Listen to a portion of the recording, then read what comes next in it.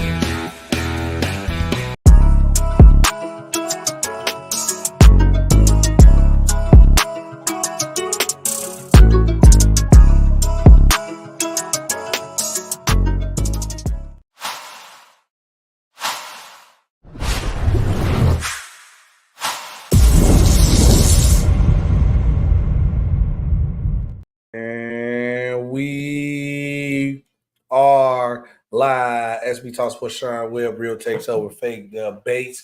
And it is Friday. What's going on, Sean? How are you feeling today? SB, doing good, brother. How you doing, man? I'm doing good. Was a little tired. Just a little home cleaning today, so I pulled me up some Swift Energy. Go to swiftenergy.gg. Use code RTOFD to get 20% off your order. And then you can make it through an action-packed show like we got going on today. So, Sean, we got a lot to talk about in the sports world today. Got some football, got some basketball, got some college. So we're going to talk about a lot of things today. But where I want to start, and salute Tiffany, salute Goat James. Where I want to start is this right here, Sean.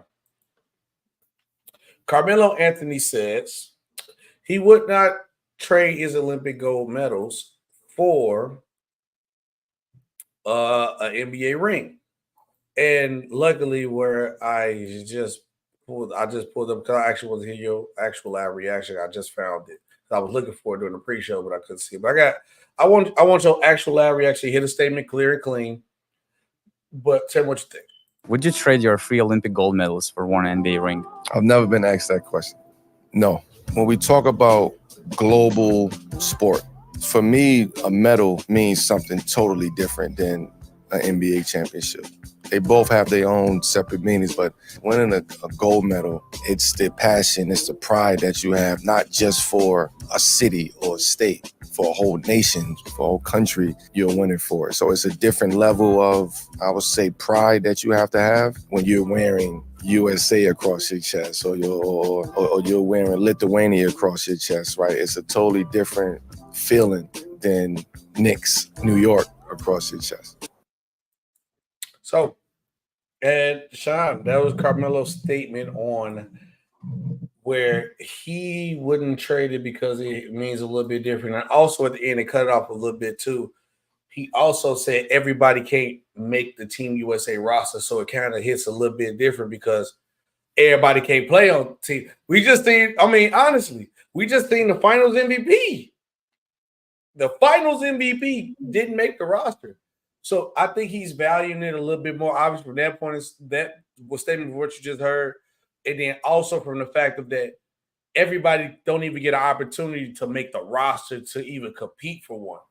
So do you think Carmelo kind of wrong for thinking that he wouldn't trade his rings? What would you value it at? So I actually agree with him. I wouldn't value them the same. They're two very different lanes. And I know we've been having a lot of conversations about Jason Tatum and what he does in the NBA and his playing time or lack thereof on Team USA this year. Two very different lanes, right? I actually agree with him. The Olympics is every 4 years. It's the biggest global sporting event in the world because it's global. So it's a very different lane from an NBA championship. You're talking about, a 9-month season as opposed to a 2.5 week, run. every 4 years. Very different worlds. I don't have a problem with what he said at all. It's his right it's his career, both NBA and international. It's his right to feel how he wants to feel about it. I don't have a single issue with what he said at all. Where I'd be curious to know though, is if he were really evaluating his NBA career, would he trade in one of those gold medals, just one, to go back and play for the Miami Heat? No,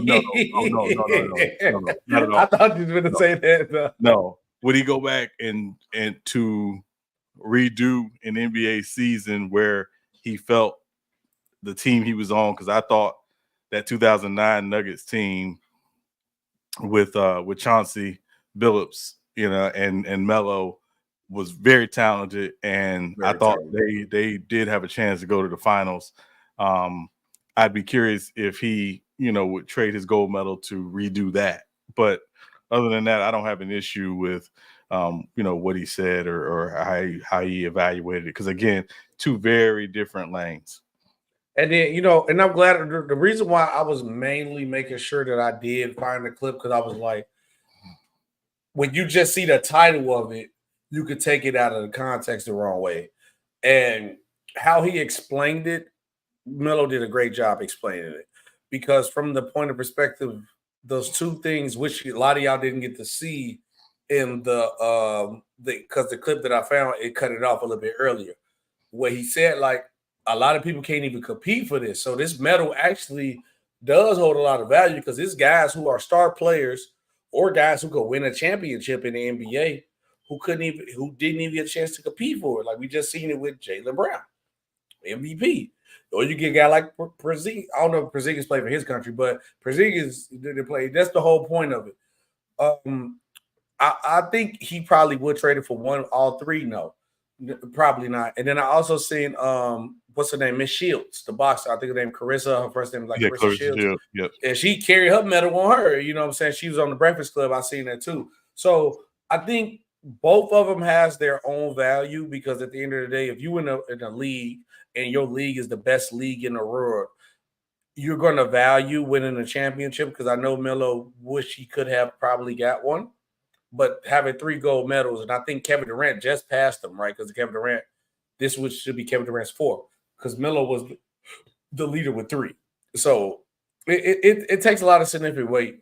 I want to know what you guys think in the chat too. Let us know which one has more value, or do you think Carmelo Anthony was right? Is it even? For me, I'm in the 50-50, Sean, because the gold medal has some things where it's like you could put it over NBA championship, and NBA championship has certain things where you could probably value it over a gold medal, because you could, with the NBA championship, we're looking at like the NBA got the better competition. It's the best league in the world. Usually the best players that could be the best players in those other leagues, 8 times out of 10, they go play in the NBA. Team USA in the gold medal value, obviously you play against everybody across the whole world, not just the United States, but you also are on a team where it's a hard cut to make that roster. You have to be the 10 best players, or at least the top 2 or 3 players at your position to make the roster, because we got players who we probably think should have made it that didn't make the roster. So I definitely have to value that with Melo, and I definitely feel Melo. He said he tweaking. Yeah, no, but you gotta read the statement, the whole statement, man. He was just saying that like it values, it's certain values and different things, and it scales differently. Yeah. So Sean, remember last show we talked about how the NBA schedule was out, and we was getting games leaked. So it leaked MLK Day games. And obviously, if you guys seen the thumbnail before, then you see Trae Young on there. I got Trae Young with the MLK jersey. MLK, born in Atlanta, got a lot of ties in Atlanta. Trae Young gave a brutally honest statement about the Atlanta Falcons not playing the Hawks.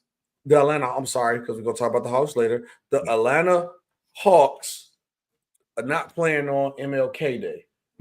And the tweet goes, I'm trying to think. You just like pretty much.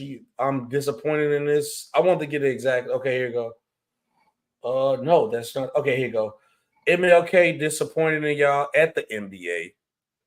I'm sorry, Atlanta. And the schedule goes as follow: Dallas versus the Hornets, I believe, at Charlotte. We got Minnesota versus the Grizzlies at Memphis, which we're gonna gotta get into that one. And we got Boston versus the Warriors in Golden State. And the two TNT games is Minnesota versus the Grizzlies and Boston versus the Warriors. Okay, when Sean first texted me the story, so like guys, when we usually do our pre-show or stuff we're gonna talk about, we text stories to each other, exit out like, yeah, this passed. So my first mindset, obviously, I do sports YouTube. When I think about the stuff that we do on our show, I always do sports. I don't do so. I'm not thinking with my regular mindset why it's like not hitting me that Atlanta does not have a game. Manager, this team has a whole MLK design jersey where you could go to NBA.com and go get a Trae Young MLK jersey. MLK on the front, you're gonna say Young on the back. Then when Sean hit me a text like, nah, bro, MLK with the task. Because I literally said I get that, but basketball-wise, they trash. He was like, no, it's bigger than that. Because why is Memphis on the schedule? And if you understand what's going on with the situation, MLK died in Memphis. So the place where he died at is hosting the game on MLK Day. But the place where he was born and raised, put in a lot of work at, have heavy influence at, a lot of MLK statue, schools, buildings, everything. His imprint is on Atlanta. That's what he is, part of Atlanta history. How they don't have a game. I'm confused on that, Sean, too, because it hit me a little bit late when we was talking about it earlier. Because I'm just thinking basketball-wise. I'm like, man, Atlanta trash. I'm like, nobody want to see Atlanta play. I'm thinking like they're going to disappoint MLK if they play because they're going to lose. But it's a bigger picture when you got the location hosting where he died, but not the place where he was born and raised at. So, Sean, what's the dynamic of how you feeling about that? Are you liking that? Or what can you educate the people more on about it? No, so SB, I absolutely hate it. I think it's a terrible move by the NBA. Couple things. So Turner TNT Studios, where they shoot inside the NBA, is in Atlanta. In Atlanta. It's in Atlanta, bro. They are the ones who really, if y'all ever pay attention, really kind of buoy the MLK coverage. And during the pregame, they'll have different civil rights icons come on. They've had Ambassador Andrew Young on. I believe they've also had some of the King children on in the past. I believe they've had the late Representative John Lewis on during that time. They're showing stories about the NBA and civil rights, and again, honoring people like Bill Russell during that time and Oscar Robertson, people who, brought a lot to the league in terms of civil rights and civil rights activism. It's a terrible, terrible misstep by the league office to do this. I don't know what the rationale and the thinking was, because again, as you said, SB is way bigger than basketball. It's way bigger than basketball. And, and ultimately, again, I think the league just made a massive mistake here. As we talked about it earlier, to take it to another sport, there's a reason why in football on Thanksgiving, Dallas and Detroit host games on Thanksgiving. The Detroit Lions and the Dallas Cowboys are going to play on Thanksgiving. Why? Because they were the first two teams to volunteer to play on Thanksgiving 90 years ago, or 80 years ago, or however long ago it was, right? And I'm saying 90 is more like 60. The point is they were the first to volunteer to do it. Yeah. Right. So that's why they get to play on Thanksgiving every year. This is far bigger than that. Yeah. This is, as you said earlier, MLK. You can't tell the story of Atlanta and the civil rights movement without Dr. Martin Luther King. Period. So the Hawks playing on MLK Day at home in Atlanta was symbolic, but it was also about that entire day and what that entire day means. So the NBA made a massive mistake on that. Maybe they can fix it because the season obviously hasn't started, but this is a terrible, terrible mistake on their part. Yeah, I have to 100% agree because basketball wise, any other holiday, I can see why Atlanta is not playing. I think it has, if it's going to be MLK Day NBA games, I think the location that he's born from should eat off of it and get the attention from it. I feel like Atlanta should be the nightcap game. So the nightcap game was what? Warriors, Boston. Yeah, and they usually, and just for point of reference, SB, they usually play. It's usually either the 2:30 game or the 5 p.m. game, right? So normally they'll have a game, that after they'll have an early game, a noon game, then they'll have a 2:30 game or the 5 p.m. game. Memphis, I believe, has the 5 p.m. game this year, if I'm not mistaken. And then the late game is usually on the West Coast because, again, it's a little bit later. And again, it's, obviously, the Warriors hosting the Celtics. Again, I just think it's just a terrible, terrible misstep by the NBA. And, and again, I hope they fix the issue before, the actual schedules, have to take hold. And then, Sean, my question is this, though, right? You made this, right? It marketed off. Let me move the title out the way. It marketed off MLK's name and put it on on an NBA jersey.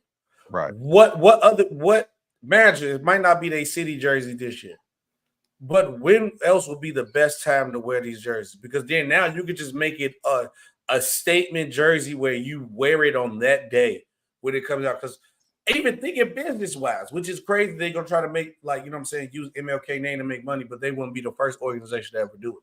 Right. I'm going to look up, you said Memphis had one. Let's see if Memphis had one. I doubt it, though, but Memphis Grizzlies, let me see if they had one. They did it. They did it at one point. I'm not sure if they still do, but they had the shirts and the towels though for sure. So okay, yeah. But the Atlanta one is like straightforward MLK on a what other time would you be able to wear? You could wear it whenever you want to during the season, but I feel like the perfect day to wear it is on MLK Day, right? And you have to represent MLK in the right way for what he stood for and what he did. Yeah, I ain't gonna lie. I felt it more when we was talking about it when I realized, and I'm just being blatantly honest, I felt it more when I realized Memphis was actually hosting the game and Atlanta don't have a game.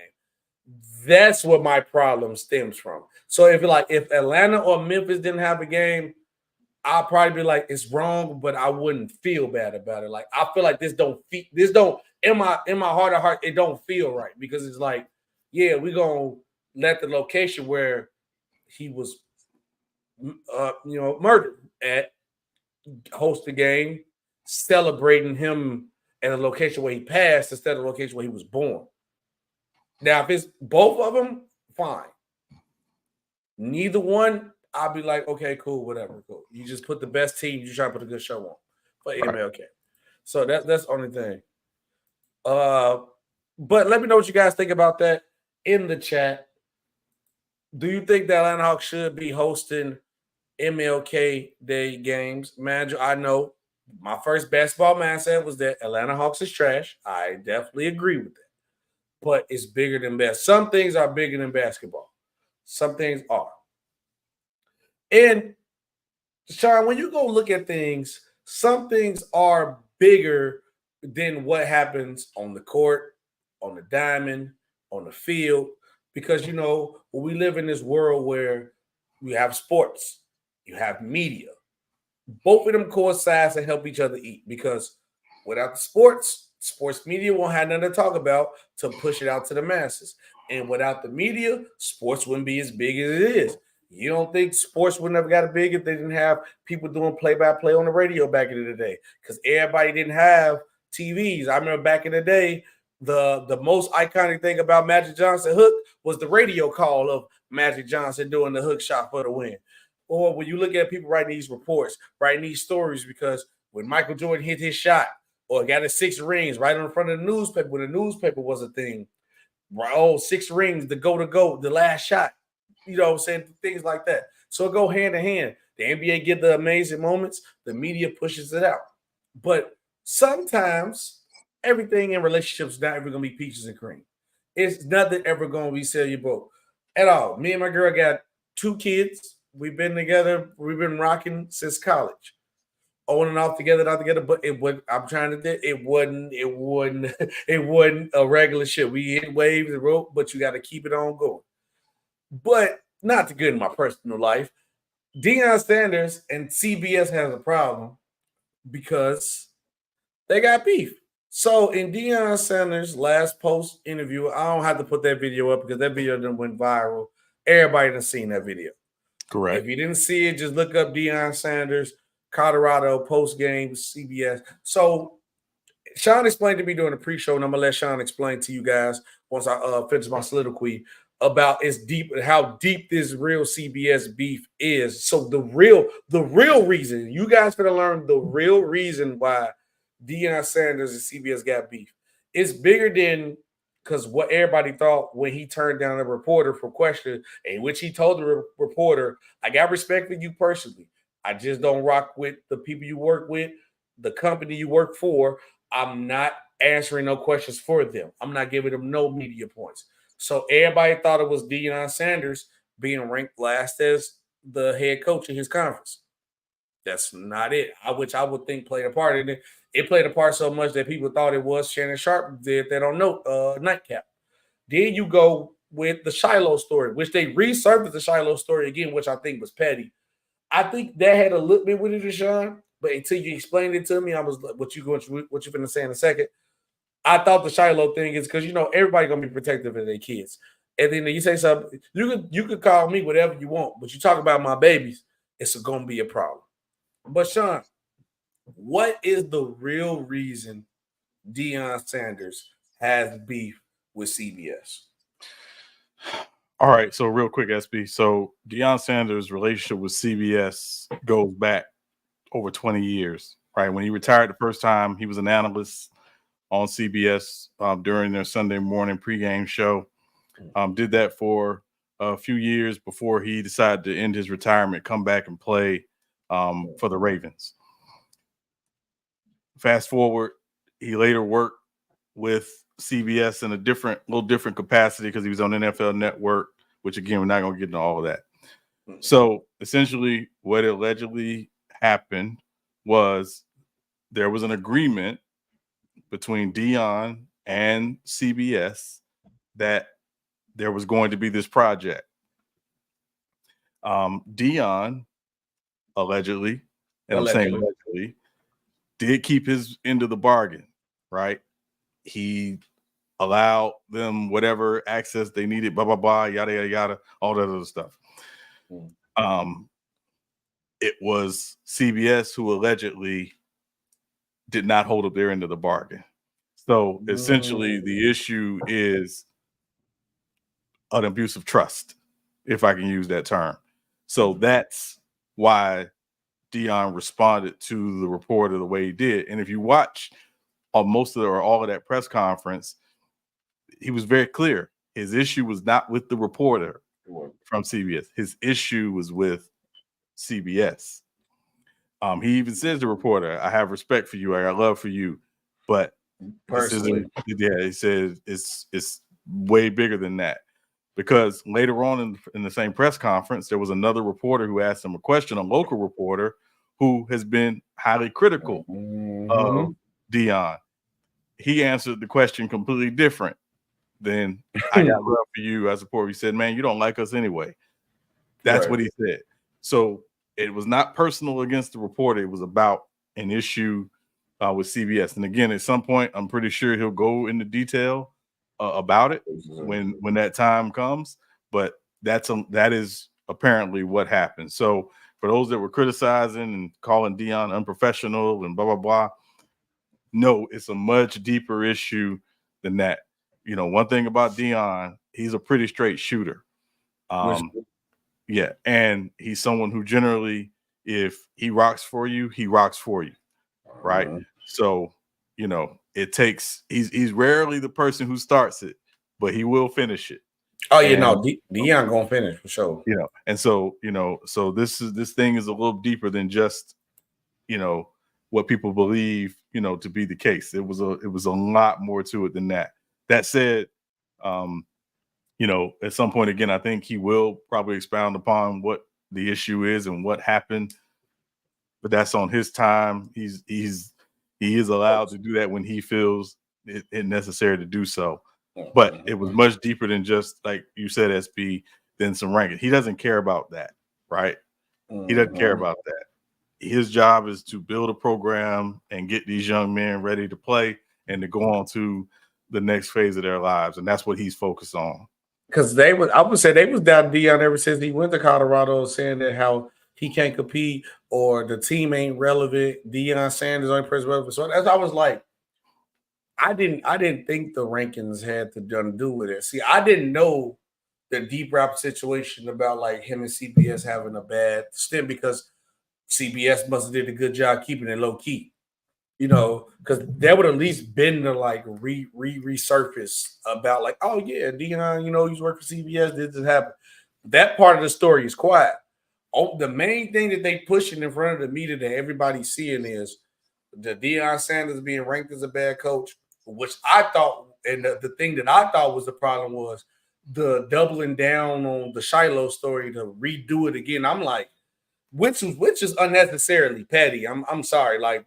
Why you bringing up an old story about Shiloh? And we know Shiloh ain't like, because what you trying to either say that Shiloh was a threat or he's broke.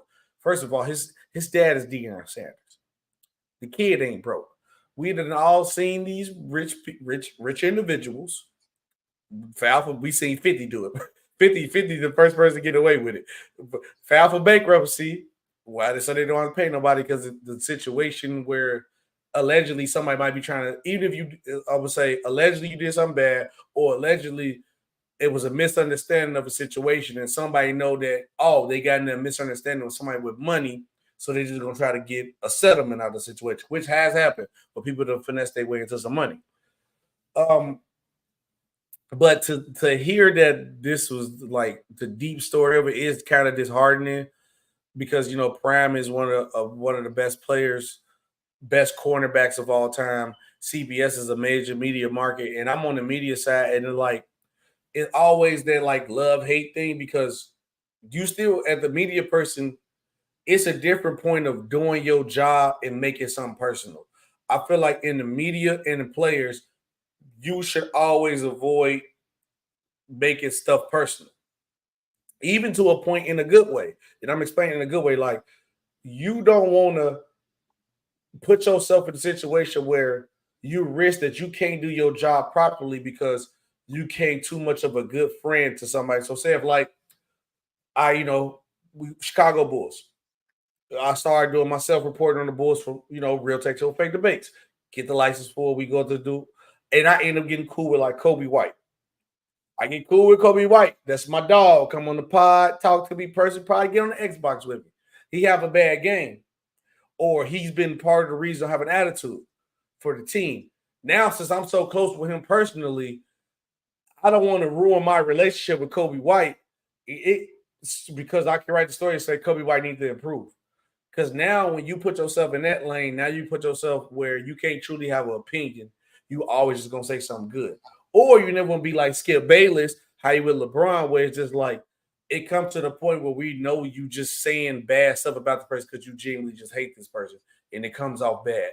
So I wish the best for CBS, and I wish the best for Deion Sanders. Shulu Renegade in the chat with the flex muscles. I salute the best for the situation because I understand the media side too of it, but I get why Deion Sanders is mad.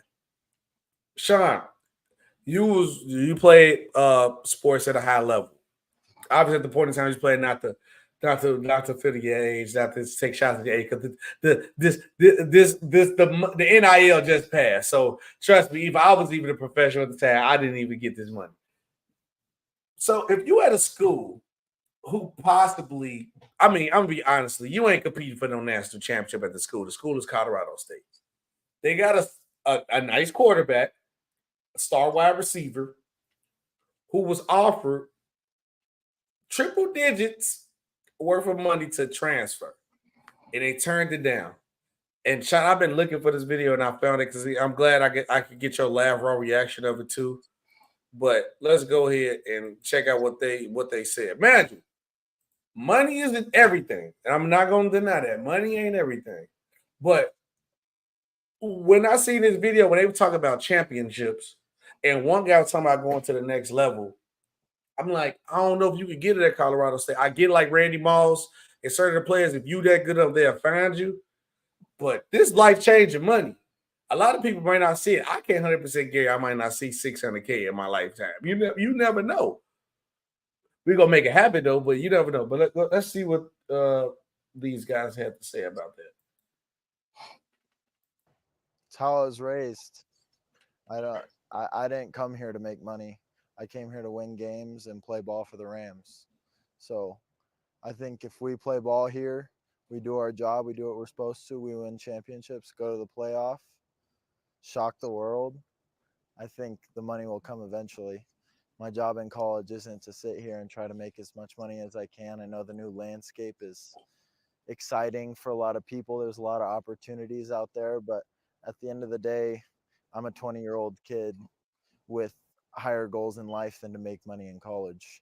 And so as much of a blessing as that would be and set myself up for a long time, I think if I do my job here and we get it done and perform like how we know we're supposed to, I think there's several people on this team that will be taken care of for life after college. I kind of look at it as you want to go somewhere where you want to be and where you love and where you enjoy growing and having that experience of becoming the man that you want to be. And the money in college is nice, of course, with the new NIL stuff, but that's not my ultimate goal. My ultimate goal is not NIL in college; it's the next level. And the coaching here and just the play style that works with us too is no reason for me to go to another college to start over, or to try to go into a system that I'm not really aware of. I know what the system is here, and I know how the coaching staff is here, and their ultimate goal of us being better men than just football players, and that's how they want us to leave college. And just having those kind of coaches here to have that amount of passion on the game, but also your mental and life, it goes a long way.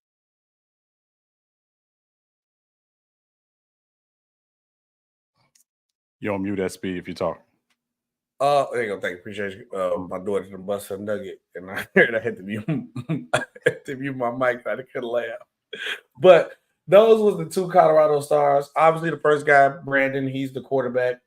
And the second guy, Torrey, is the wide receiver. I'm 50-50 on this, Sean. Here's why.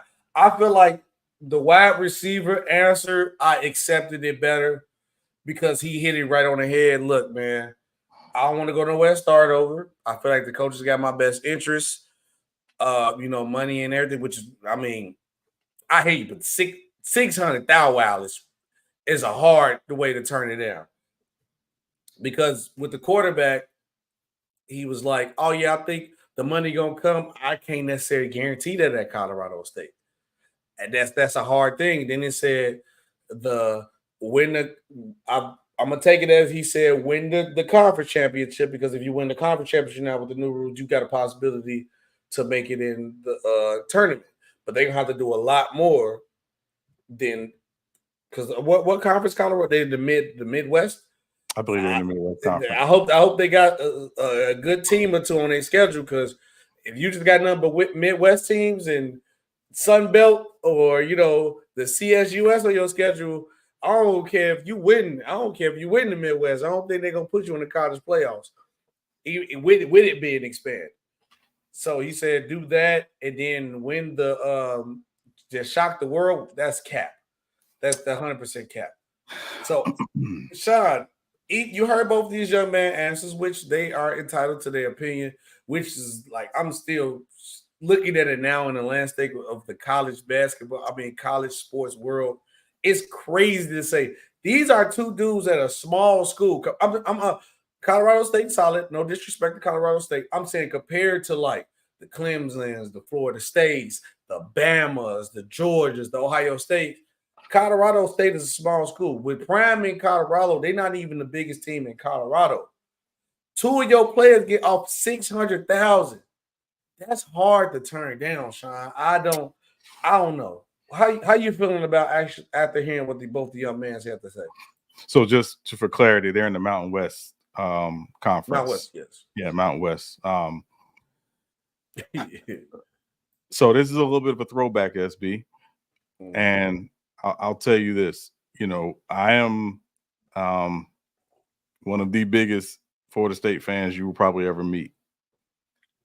One of the reasons why I became a Florida State fan, I won't go into the whole story, was because of Coach Bobby Bowden. Okay. Right. My stepfather was a great high school running back in Tennessee. He wanted to play at Oklahoma when Barry Switzer was the head coach at Oklahoma. There were other schools I know that probably recruited him, but it was Barry Switzer in Oklahoma.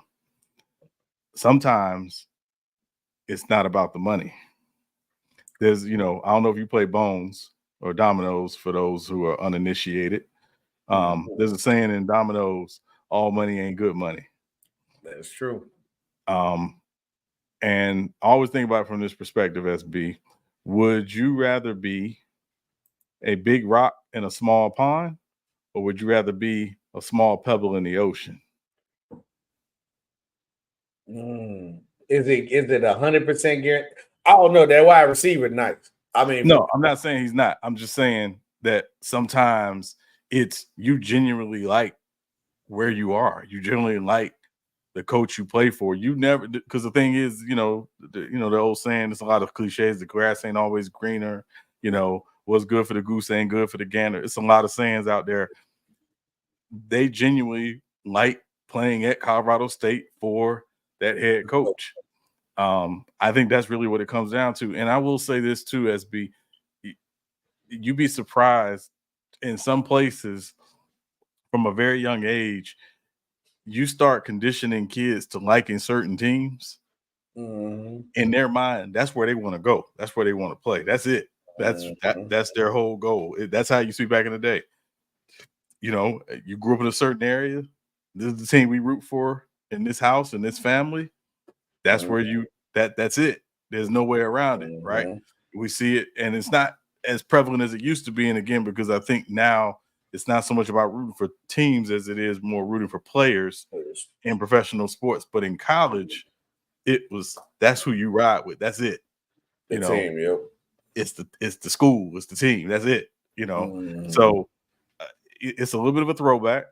I don't have a problem with guys making decisions again to turn down money or whatever, because again, for them, all money ain't good money. In their view, part of the I don't want to say they're arrogant, but part of the confidence of an athlete is the belief that they themselves, in the right situation, can do some things that nobody expects them to do. So I don't have a problem with them doing that. And ultimately, again, we don't know. Ultimately, the games are played on the field. It's college football. Anybody can lose. We see upsets. So that's it. And so I think it's a little bit of a throwback. Again, I know we live in a little different age, where again, guys like, give me my money, give me my money, give me my money. But there are times where, and I would say this even in the real world, where people have jumped for money and realize, you know what? I was better where I was at. I was better where I was. So no problem with what these young men are talking about doing. I'm sure they can monetize, because NIL is not about just what the school can pay you, but what you can make at another school. And again, Colorado State doesn't have the same endowments as you mentioned of the Ohio States and the Alabamas and the other schools, but they offer them something that they really like, and that's why those guys really want to be there. Yeah, and Sean, like I said, like I know the receiver is nice. Imagine, I'm not gonna lie to y'all. Like I said, this is real takes over fake debates. I'm not gonna lie. I probably watched one or maybe two Colorado State games in my life, and the one game was when they played Colorado, and that game was cold where everybody stayed up till late one night. But NCAA just dropped, and I ain't gonna lie. A lot of people, a lot of players been getting more attention and more boosts because we in a social media area. People making clips with your player on the game, or people see your rating on the game, so they figure that you're good. Because ain't no way, because I played with Colorado State on the game because everybody used Colorado on the game. I knew about him because of the game. And I was like, man, who's this dude? He must be nice, you know what I'm saying? And look, Lord behold, look what happened. He getting offered close to $600,000 to leave his school because he's that nice. And like I said, I was looking at from his answer, especially as a wide receiver, because at the end of the day, football is ultimate team sport. If you leave to another school, that's a whole new playbook you got to learn, whole new coach you got to get attached to, whole new position coach you got to get attached to. Hopefully, they're going to actually implement you into the system because, like Sean said, do you want to be a big fish in a small pond or a pebble in a big lake? Whatever. I know I said the metaphor won't let me live.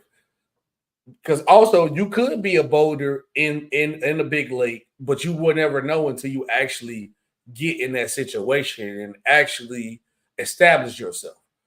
So I understand both perspectives, but I seen that number and I looked at the school and I was just like, that might be a hard way to turn down 600. That's life-changing money even from the point of perspective where it's like, because they both hope to go to the next level. I think that wide receiver could make it, might be a late 4th, 5th round pick only because of what way he played at, unless he just have a Heisman-like type year.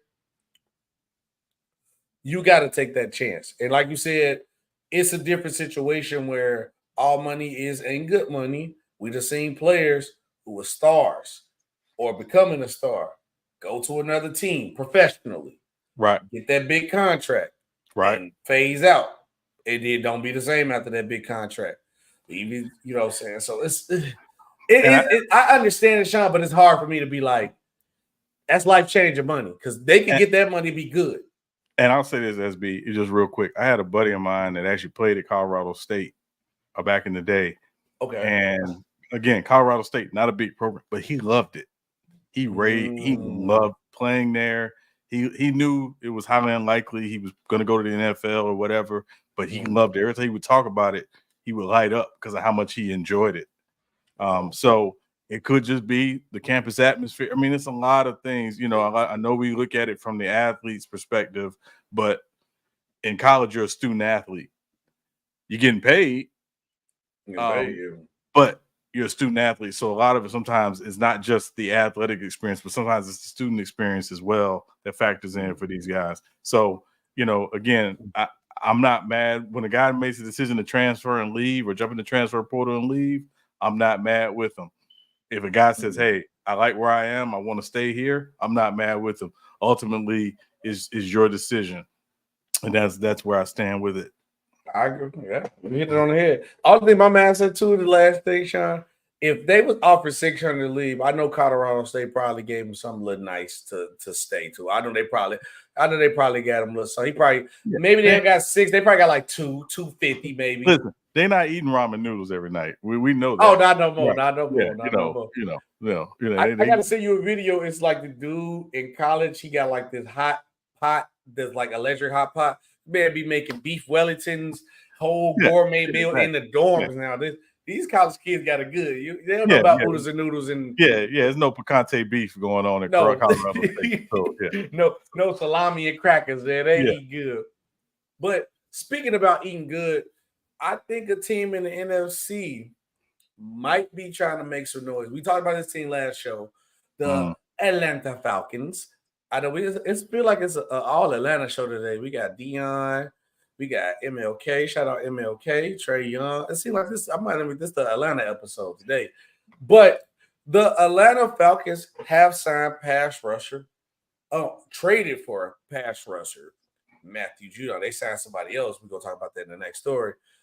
Sean, we were just talking about this last show about how they need the pass rusher. We was talking about Hassan Reddick and maybe Matthew Judon, and you even announced the fact it would be smart for them to get Matthew Judon. He might be easy to get. Well, Sean, the Atlanta Falcons heard you. They went and got him. How are you grading this move?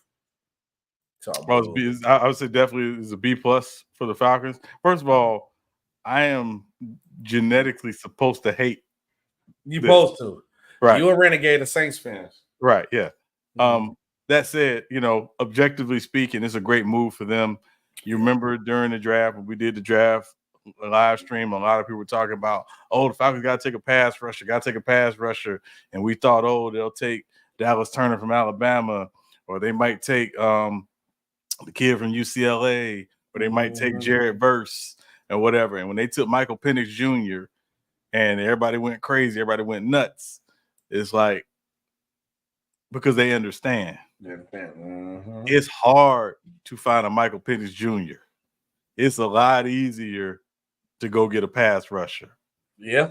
And they did. A lot of them. They obviously haven't had a double-digit sack guy since 2016. That's been a big issue for them. They were last in the NFL last season, tied for last in the NFL last season for pass rush win rate with the Saints, ironically, at 31%.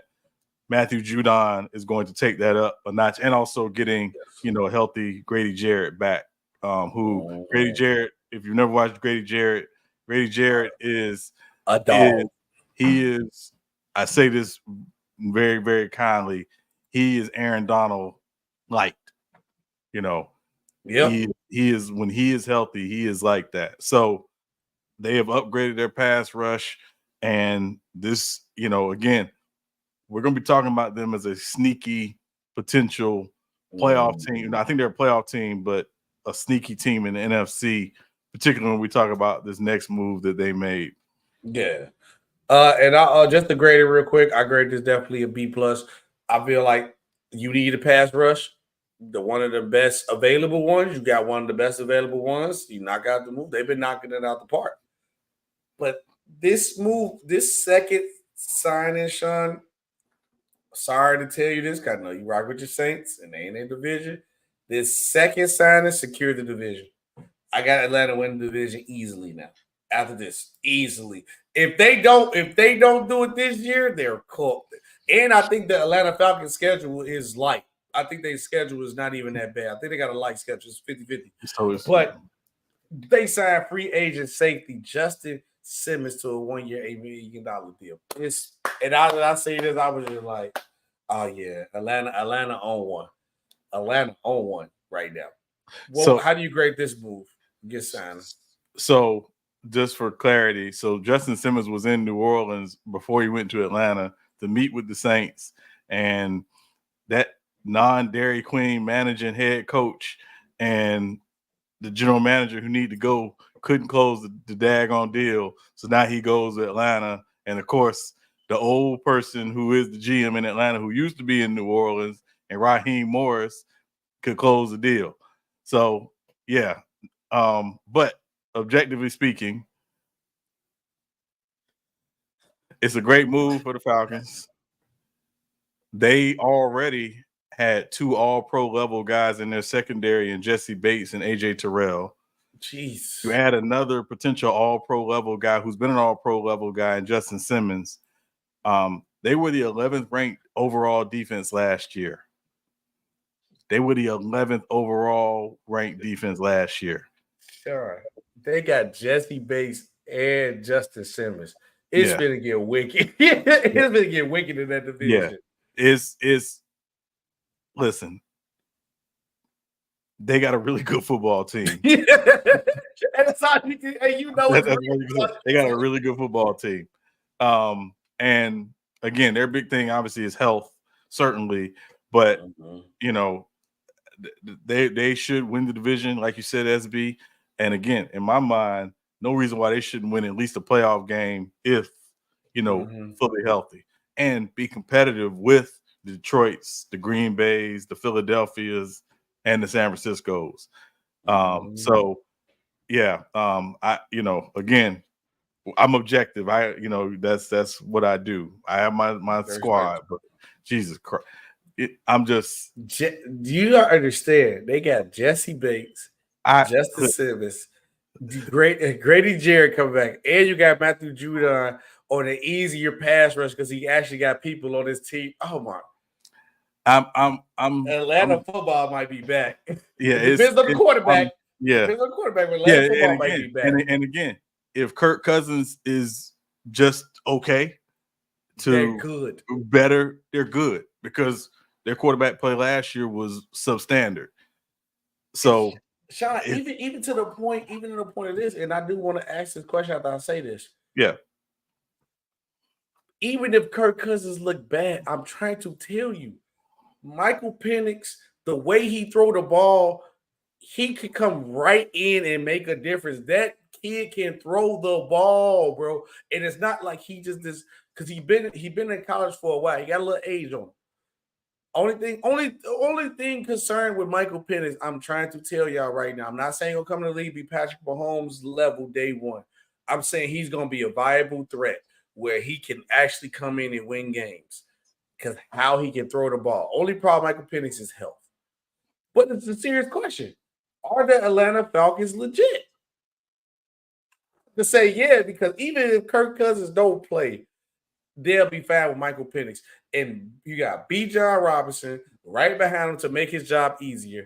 And you might see Drake London, a first 1,000-yard season from Drake London. And you actually might, if they get to unlock Cal Pitts, oh my God. This team is full of talent. And it is ridiculous. It's ridiculous right now, Sean. I'm trying to it's crazy how much talent they're in. And they in a sweet division. No offense. The division is sweet right now. Listen, let me just say this real quick before I answer your question. You ever seen the movie Waiting to Exhale? Never seen it. All right. There's a scene in the movie where Angela Bassett is helping her ex-husband pack. If you ever watch the movie, I just want you to watch that scene in particular. That's what I want to do for Dennis Allen, Derek Carr, Mickey Rooney, and everybody else in the Saints organization who don't know what they're doing. When you watch the scene, you will understand why I'm saying that. They can't go fast enough. Now, that said, the Atlanta Falcons are legit. They're absolutely legit. And again, I think it goes back to the health of Kirk Cousins, right? Because again, he's got to be healthy. And also, can they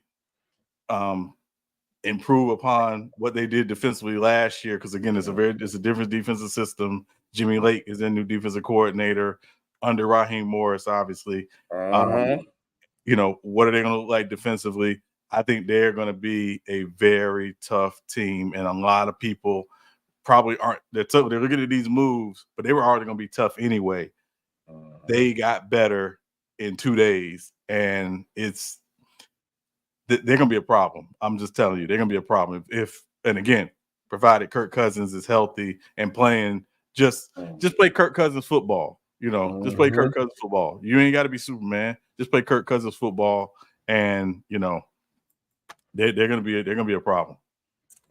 Wait, True. When True made this comment, I'm trying to figure out, is True trying to say that for the Patriots side or Atlanta side? I think he's saying it from the Patriots side, but because again, he wasn't their long term. He wasn't going to be their long term future anyway. We know the Patriots are rebuilding, right? They're in a rebuilding phase. This is a rebuilding year for them. And they weren't going to extend Matthew Judon's contract, so it made sense for them to move Matthew Judon, who we know is a very good football player, even at this age. So smart move for them. At least the Patriots got something for him, because don't be like the Jets and trade for a guy you don't want to extend them or be in a bad situation. Yeah. Okay. Last story of the day, Sean. So Sean sent me this thing on Twitter, And this shows me how bad the sport. We're gonna put it in the sports bubble. I told when we do sport, I'll be in my sports bubble. I don't think outside the bubble. So we're gonna go back in the sports bubble. It shows me how bad and toxic this community could be and is, or I'm trying to say keep it PG, or they don't pay attention and very stubborn. I'm trying to keep it PG because the straightforward answer, we might get reported, but because people be so stubborn and so dumb with their logic, that's why I always say real takes over fake debates, that people don't read, people don't pay attention to what is being said or what is actually in front of your face. People have their opinion. This player better than this player. This player is trash. This is this, right? So it was a tweet that went out. The best Big Four athletes by decades, right? And they talk about the Big Four sports in America. You got baseball, you got hockey, you got football, you got basketball. And they did this decade list from what was it? Let me look at the picture. 60s, 60s, from the 60s. Yes. Imagine people did not read nothing on this chart.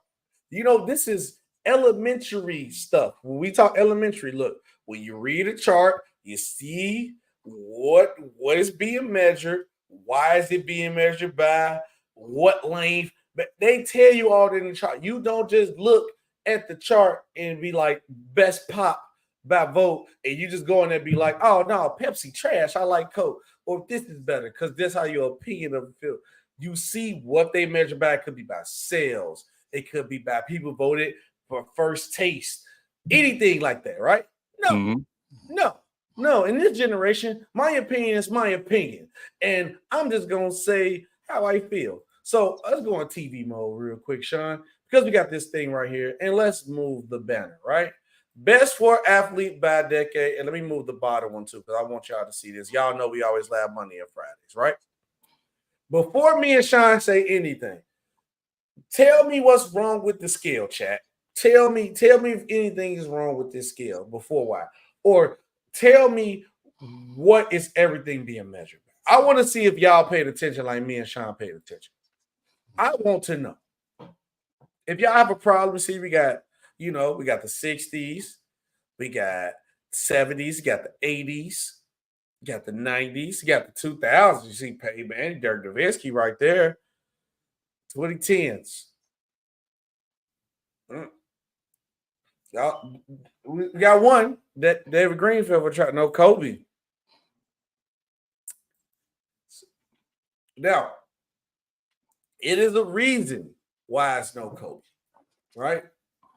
Because one thing that we learned in school, when it's a chart or a scale, look at what is everything being measured, man. It could be inches, centimeters. Every sport up top, if you see up top right here, every sport has a little letter under the logo. You got the WAR, you got the AV, you got the WS plus the PER plus the PS.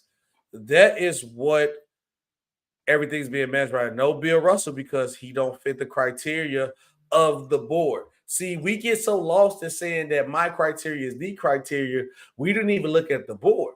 We're going to go to each one and let's see. So, Sean, we talked about, see, we got the NHL list. It say PS under that. What does the PS stand for, Sean? Point shares. Point shares. So, wait, this not just the best player of my opinion or a narrative. These are the best players statistically by point share. Okay, Sean, we got the NBA. We got WS plus PER. What is WS plus PER? Win shares and player efficiency rating. So when you ask why Kobe's not on this list, shout out David Green, because the list is ranked by win shares plus PER. Now NFL, which I didn't even know this one, I was just like, man, what is AV? What is AV? It's approximate value. Approximate value. So if you look at this in the 2000s, why Tom Brady not on both? Or the 90s, where's Rice? Where's, Joe Montana or whoever else you want to say? Then we got baseball, MLB. We got WAR. What is WAR? Wins above replacement. Wins above replacement. So David Green, don't feel bad, because trust me, if you've seen this on Twitter, they going ballistic about certain players. But Sean, let's talk about this decade list. What was your reaction to this? And also, what was your reaction to people not paying attention to the scale? That's what I'm not paying attention to the chart. That's a better way to say it. That's a better way to say it. So I'll tell you, so the biggest surprise for me on the list was actually in the 70s, Tom Seaver. Okay. I thought it would have been somebody else, but when you look at wins above replacement, it made sense. So that was the biggest shock for me. Again, looking at the metrics that they use to determine the best player per decade, because again, that's the key. It's the metric per decade, win shares plus PER, right? Win shares plus PER. Just for kicks and giggles, if you want to know where Wilt Chamberlain ranks all time in PER, he is 7th all time in PER. He played the majority of his career in the 60s. Obviously, that's where most of that was built, right? So that's just PER. With win shares, Wilt Chamberlain is 3rd all time. And that's why he got over, because he said no Bill Russell is egregious because of that win share, true. Right. From what they measured it by. Yeah, so that's what they measured it by. So it's not that Bill Russell was a terrible player, it's just based on those two particular analytics. That's how Wilt Chamberlain was considered the best player of the 60s based on the analytics they used. I know people said Kobe. We don't have to go into Kobe's efficiency.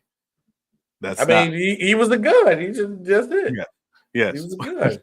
And that I'm just saying the truth. Yes. If 9 times out of 10, if somebody let off a clip and wear a gun, they probably hit two shots out of 10. That's what happened when you were good. You missed majority of the bullets. You missed the majority of the bullets you shoot. That's honestly, I love the Mamba. I got Mamba number 4 all time, but it is what it is. The boy was the gun.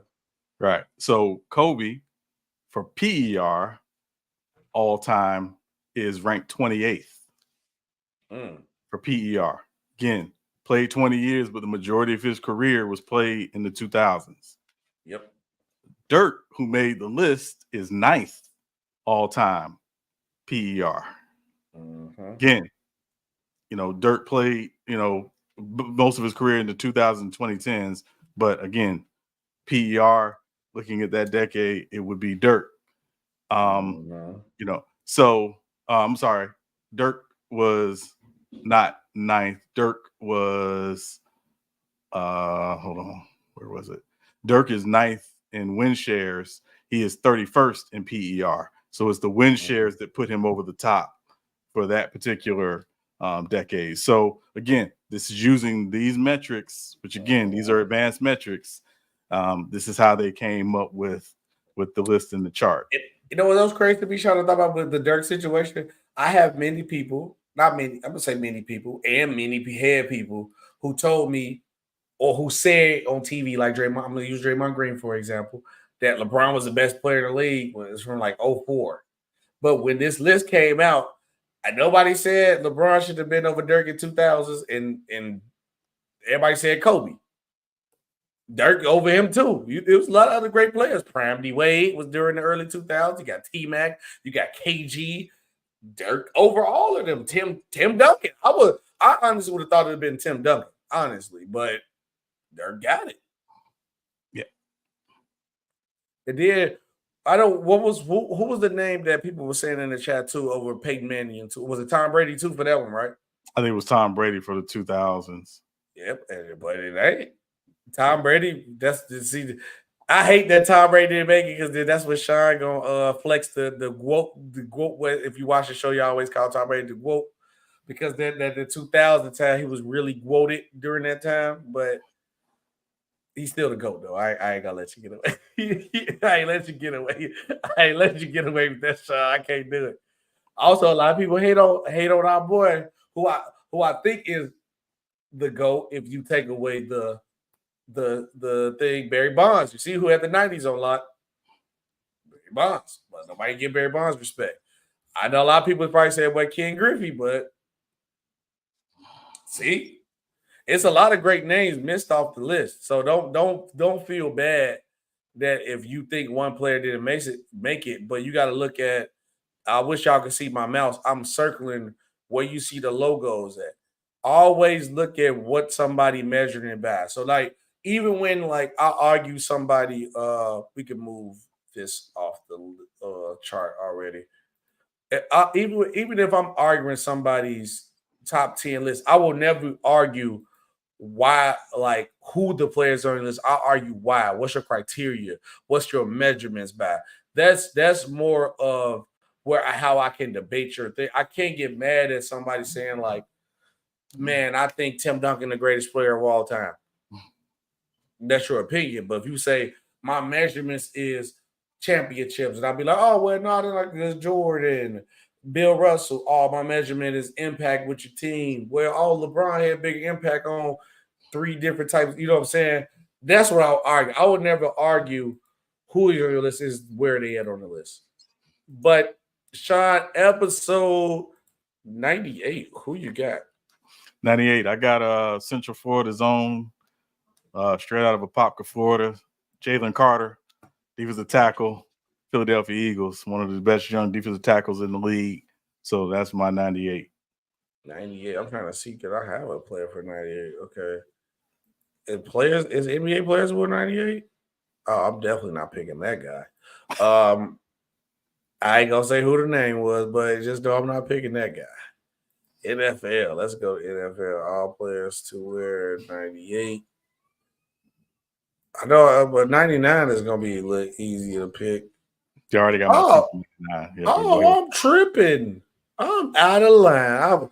Look, that's why I'm glad I don't claim to be a diehard Bears fan. I support the Bears. I didn't know Mike Ditka. Yeah, I would have never picked him. That's a Chicago pick. So Yeah. No, I would never pick him. Yeah. I ain't gonna ask why we gonna leave. We just gonna leave y'all on the cliffhanger. We can find out on the next episode of Real Takeover Make Debates. But thank you guys for watching. Appreciate you guys for rocking with the show. SB, Sean Webb.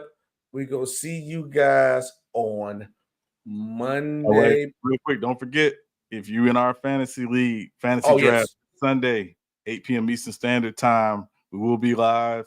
Make sure, get ready. All right. Get ready. The draft.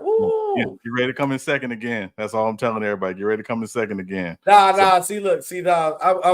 We locking in this time. We locking in because I was hot early, and then don't worry about it. See, because what messed me up was I didn't have it on my phone. I only had it on my laptop. I'm gonna download the app on my phone so I can. Don't worry about it. Don't worry about it. We locking in.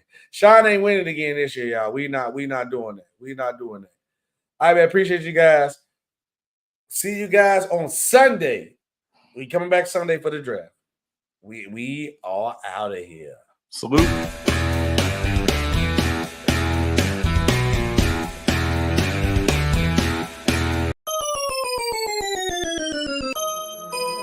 Rucker Man.